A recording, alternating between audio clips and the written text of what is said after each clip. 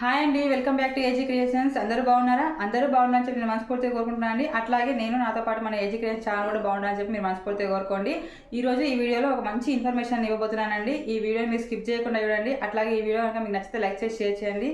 మన channel subscribe చేయడం మాత్రం మర్చిపోకండి. సో టాపిక్లోకి వెళ్ళిపోదామా?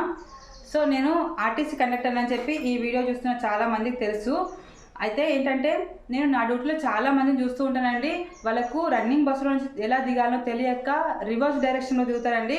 సో అట్లా దిగడం వల్ల ఏమవుతుందంటే బస్సు మనకు ముందుకు పోతూ ఉంటుంది కదా, దానికి రివర్స్ డైరెక్షన్లో దిగడం వల్ల మనకు బస్సు ముందుకు పోతున్నప్పుడు గాలి ఫోర్స్ కూడా ముందుకే వస్తుంది.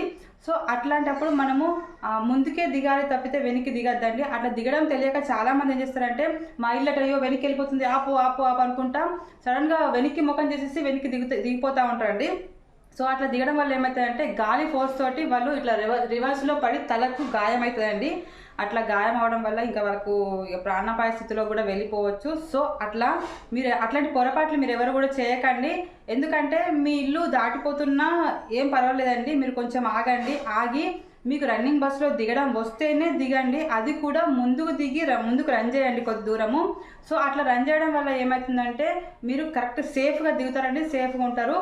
సో మీరు అట్లా చిన్న చిన్న అయ్యో మా ఇల్లు వెళ్ళిపోతుందని చెప్పి చిన్న చిన్న టైం జస్ట్ ఒక 1-2 minutes లేట్ అయిపోతుంది కావచ్చు, కానీ మీరు అట్లాంటి పొరపాట్లు అనేది చేయకండి.